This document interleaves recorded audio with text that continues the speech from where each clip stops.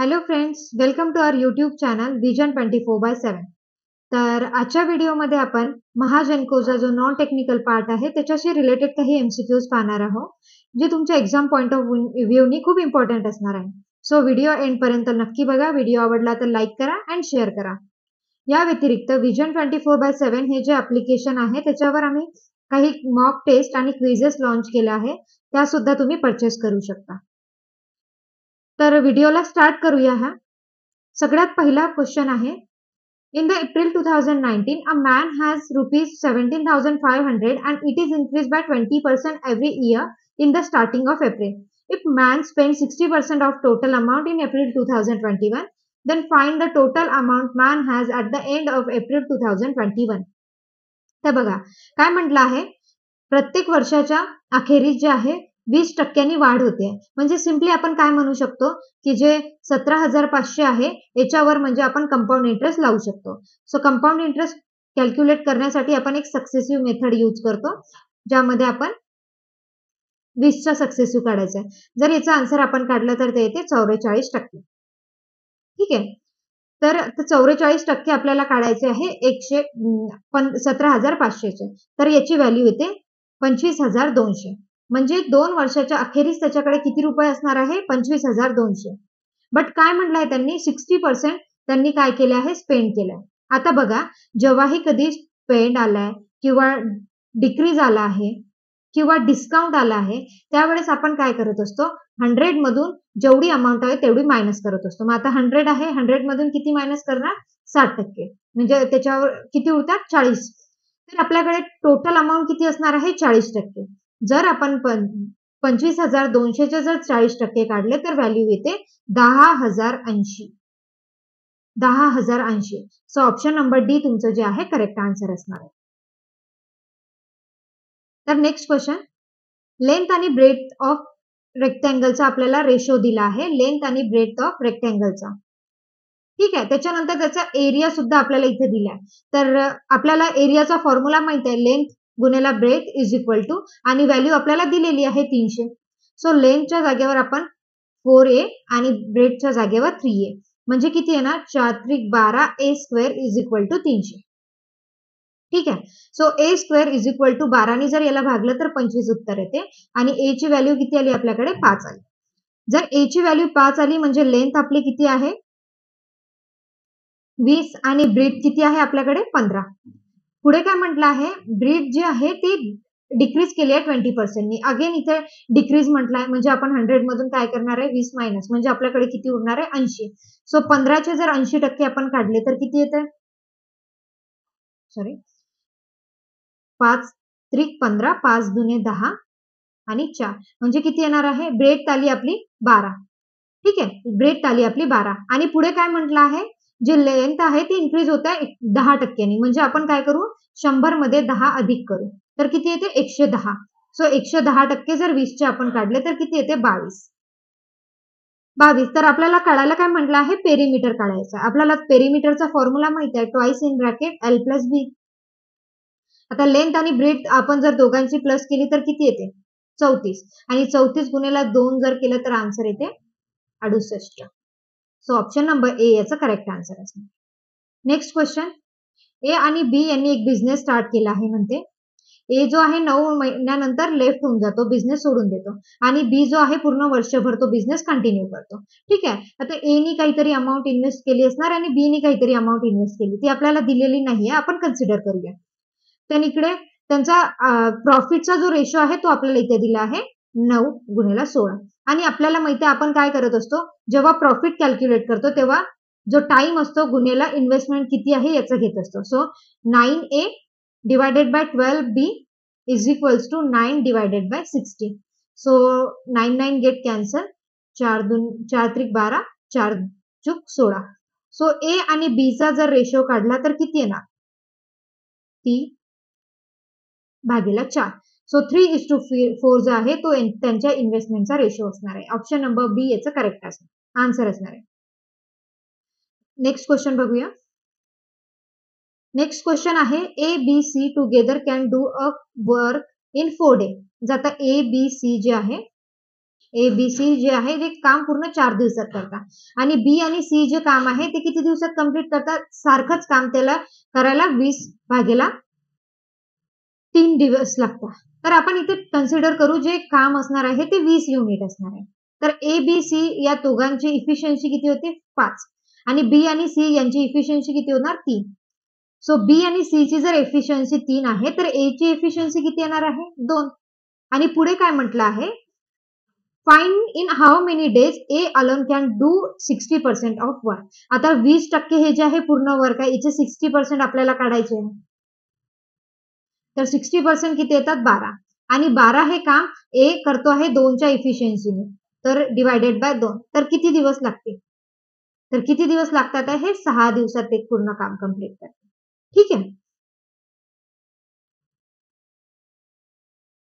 Next question आहे, speed दिलाय तुम्हाला ट्रेनचा 72 आणि बघा इकडे आपल्याला युनिट चेंज करायला लागणार आहे. इकडे सेकंड दिलाय, इकडे किलोमीटर पर आवर दिलाय आणि आपल्याला माहित आहे मीटर पर सेकंड मध्ये कन्व्हर्जन करायचं असेल तर आपण याला 5/18 ने मल्टिप्लाय करतो.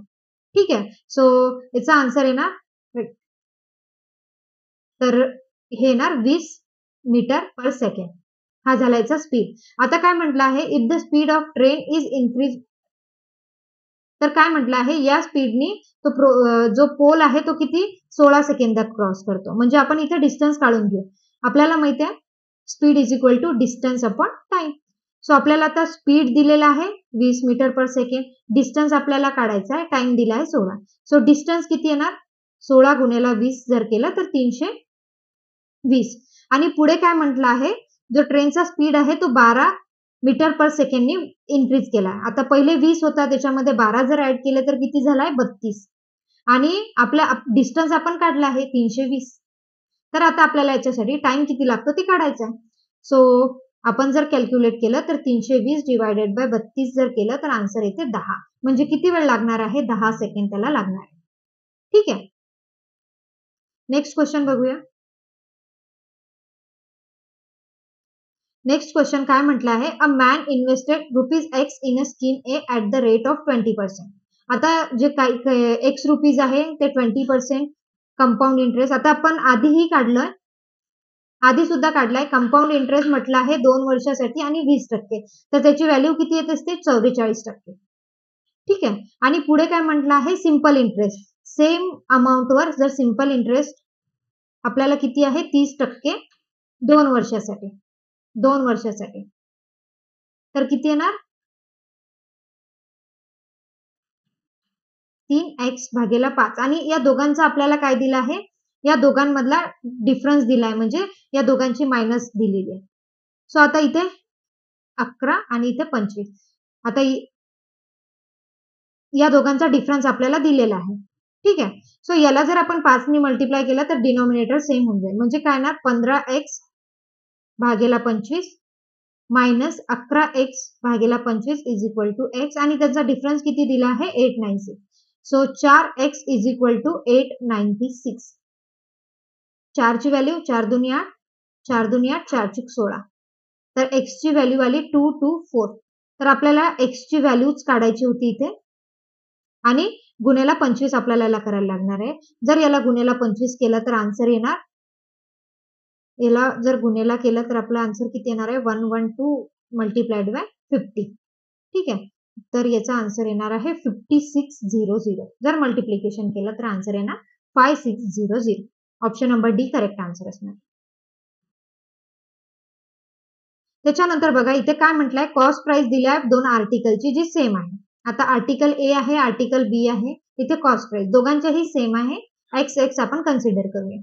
पुढे काय म्हटलंय, आर्टिकल ए जे आहे ते 20% प्रॉफिट. आता मी याच्या आधी सांगितलं प्रॉफिट म्हणजे आपण 100 मध्ये जेवढं दिलं आहे तेवढं ऍड करणार. आता इथे 20% दिलाय म्हणजे 100 प्लस 20 जर केलं तर 120. सो 120 डिवायडेड बाय 100, तर याची व्हॅल्यू किती येते 1.2. सो काय म्हटलं आहे, सेलिंग प्राइस जी आहे ही याची येणार आहे 1.2x आणि पुढे काय म्हटलं, be sold at 30% overall loss. ठीक आहे, 30% लॉस. सो आता लॉस म्हटल्यावर काय करणार आहे आम्ही, सबट्रॅक्शन करणार आहे. म्हणजे 100 मायनस 30 जर केलं तर किती येते 70 आणि 70 भागेला 100 जर केलं तर येते 0.7. सो इथे काय येणार आहे 0.7x. जर दोघांचा लॉस आणि टोटल लॉस किती येतोय त्याला ₹50 त्याला लॉस आहे. बट आपण इथे जर लॉस काढला तर किती येते 2x मायनस 1.9x. ठीक आहे, हा किती येणार आहे 50. तर 0.1 ची व्हॅल्यू, तर x ची व्हॅल्यू किती येते आपल्याकडे 500. तर पुढे काय म्हटलं आहे फॉर रिसिव्ड प्रॉफिट ऑफ 40%. आता प्रॉफिट म्हटलंय म्हणजे आपण काय घेणार 140 भागेला 100. ठीक आहे, सो 500 गुणेला 140 भागेला 100. तर आन्सर किती येणार आहे 14×5 = म्हणजे 700 आन्सर येणार आहे तुमचं. तर x ची व्हॅल्यू किती असणार आहे 700. त्याच्यानंतर नंबर सिरीजचे काही क्वेश्चन असणार आहे ते आपण बघणार आहोत. आता नंबर सिरीजचे बरेचदा रिपीट होतात, बरेचदा क्वेश्चन आलेले आहेत. तर आपण इथे काही एक्झाम्पल आहे ते पाहून घेऊया. सो या दोघांचा डिफरन्स केला तर किती येते 1. या दोघांचा केला तर 2. या दोघांचा केला तर 6. यांचा केला तर 24. आता मला एक सांगा, 1 ला 2 नी गुणलं तर 2 येते, 2 ला 3 नी जर गुणलं तर 6 येते, 6 ला 4 नी गुणलं तर 24 येते, 24 ला 5 नी गुणावं लागणार. आता 2 3 4 इकडे 5, तर 120 येणार. 120 मध्ये 133 जर ऍड केले तर 253 आन्सर येते. सो ऑप्शन नंबर ए जे आहे करेक्ट आहे. आता इथे बघा मोठा नंबर आहे, आपण इथून स्टार्ट करू. 6 ला जर याला 5 ने डिवाइड केलं तर एवढा आन्सर येते, याला 6 ने डिवाइड केलं तर, आणि याला 7 ने डिवाइड केलं तर. त्याच्याच प्रमाणे इथे काय येणार, याला कितीने 4 ने डिवाइड करणार. जर 60 ला 4 ने डिवाइड केलं तर आन्सर येणार 15. त्याच्यानंतर आता इथे परत बघूया काय होतंय. तर इथे डिफरन्स आहे -13. इकडे यांची ऍडिशन झाली आहे 7 आणि 17 अधिक 17 -21 आणि अधिक 5 आणि 2 25. तर बघितलं तर इथे 4 चा डिफरन्स आहे. त्याच्याप्रमाणे इथे काय येणार +9 व्हायला पाहिजे. म्हणजे इथे +9 व्हायला पाहिजे, म्हणजे 180 आन्सर येणार. ठीक आहे. त्याच्यानंतर आहे इथे बघा, आता इथे यांचा जर सबट्रॅक्शन केली तर इथे 216, इथे जर केली तर इथे 25, इथे जर केली तर किती येते 4 64, आणि इथे जर सबट्रॅक्शन केली तर येते 9. ठीक आहे, म्हणजे आपला सिक्वेन्स कसा आहे 216, 25, 64 आणि 9. तर बघा इथे 216 जो आहे 6 चा क्यूब आहे, 25 जो आहे 5 चा स्क्वेअर आहे, 64 जो आहे तो 4 चा क्यूब आहे, 9 जो आहे हा 3 चा स्क्वेअर आहे. त्याच्याप्रमाणे इथे काय येणार 2 चा क्यूब, तर 8. आता याच्यामध्ये 322 मध्ये जर 8 ऍड केले तर आन्सर येते 320. सो ऑप्शन नंबर बी करेक्ट आन्सर असणार. त्याच्यानंतर इथे परत बघा, आता इथे बघा नंबर जो आहे ड्रास्टिकली इन्क्रीज होत आहे. म्हणजे आपण इथे करू शकतो की प्लस वगैरे तर नसणारच, आपण सिम्पली मल्टिप्लिकेशन करून पाहू. सो 135 तर अप्रॉक्सिमेटली आपल्याला याला 4 नी वगैरे मल्टिप्लाय करायला लागणार. सो 4 नी जर गुणलं याला तर किती येते 1404, हाचा दिला 4, 540. म्हणजे गुणेला 4 आहे, त्याच्यामध्ये अधिक 4 ऍड केलेले आहे. इकडे आपण आता सरळ 5 नी करून पाहू. 544 गुणेला 5, 5 चूक 20, तर इथे 2720, आणि म्हणजे इथं काय म्हणू शकतो गुणेला 5 अधिक 5 असं येणार आहे. आणि पुढे जर केलं तर गुणेला 6 अधिक 6 येते. सो इथे 6, इथे 5, इथे 4, त्याचप्रमाणे इथे काय येणार आहे 3, आणि इथे येणार आहे 2. सो 21 गुणेला 2 आपल्याला करायला लागणार आहे. 21 गुणेला 2 केलं तर 42 येते, आणि 42 मध्ये अधिक 2 केले तर आन्सर येते 44. सो ऑप्शन नंबर याचं करेक्ट आन्सर असणार. ठीक आहे. आता याच्या व्यतिरिक्त ही झाली नंबर सिरीजचे क्वेश्चन, बऱ्याचदा पाहायला भेटतात एक्झामिनेशन मध्ये, बऱ्याच वेळा येतात. ठीक आहे. त्याच्यानंतर सिलॉक्सची काही क्वेश्चन जे रिझनिंगचा पार्ट आहे ते सुद्धा क्वेश्चन तुमच्या एक्झामिनेशन मध्ये बऱ्याच वेळा पाहायला भेटतात. ऑलमोस्ट दॅट मीन्स सिलॉक्सचे क्वेश्चन तुम्हाला नक्की पाहायला भेटतील. सो सिलॉक्सचे काही 1-2 क्वेश्चन आपण आता पाहूया. तर सगळ्यात पहिला क्वेश्चन आहे सिलॉजिझमचा. All cats are animal. आता काय म्हटलं आहे, सगळे जे कॅट आहेत त्या ॲनिमल असणार आहे. ठीक आहे. याची डिटेल व्हिडिओ मी आधी तुम्हाला एक्सप्लेन केले आहे. ज्यांनी बॅचेस परचेस केले असतील त्यांना माहिती आहे. मी हे सगळं डिटेलमध्ये घेतलं आहे. बट मी आता फक्त जे क्वेश्चन एक्झाम पॉईंटच्या व्ह्यूनी इम्पॉर्टंट असणार आहे ते सांगत आहे. त्याच्यामुळे याच्या मेथड्स मी ऑलरेडी डिस्कस केलेल्या आहे. सो डिरेक्टली सांगते कसं करायचंय ते. So all animals R mammal, आणि सगळे जे ॲनिमल्स आहेत ते मॅमल्स आहेत. ठीक आहे. तर आपल्याला कन्क्लुजन दिलं आहे. All cats are mammals. All cats are mammals. Yes, right आहे. त्याच्यानंतर some mammal are cat. Some mammal are cat. Yes, right आहे. ठीक आहे. So both conclusion 1 and 2 follow. ठीक आहे. So both conclusion 1 and 2 follow. ठीक आहे. त्याच्यानंतरचा नेक्स्ट क्वेश्चन असणार आहे, सम ऍपल्स आर ऑरेंजेस. आता सम म्हटलं आहे, सम ऍपल्स आर ऑरेंजेस. ठीक आहे. No orange is a banana. No orange is banana. ठीक आहे. कोणताच ऑरेंज बनाना होणार नाही. Some apple are not banana. ऍपलचा एवढा भाग आहे, हा जो आहे हा बनाना होणार नाही. ठीक आहे. सो कन्क्लुजन 1 जे आहे ते फॉलो करते. All oranges are apples. सगळे ऑरेंजेस जे आहेत ते ऍपल आहेत. येस, जेव्हाही आपण कधी सम असते दिलेलं तेव्हा आपण ऑल घेऊ शकतो. सो कन्क्लुजन 2 सुद्धा फॉलो होते. ठीक आहे. तर व्हिडिओ एंड करते. बरेच क्वेश्चन इथे मी डिस्कस केलेले आहे. जर तुम्हाला कोणाही क्वेश्चन मध्ये डाऊट असेल तर तुम्ही कमेंटमध्ये नक्की सांगा.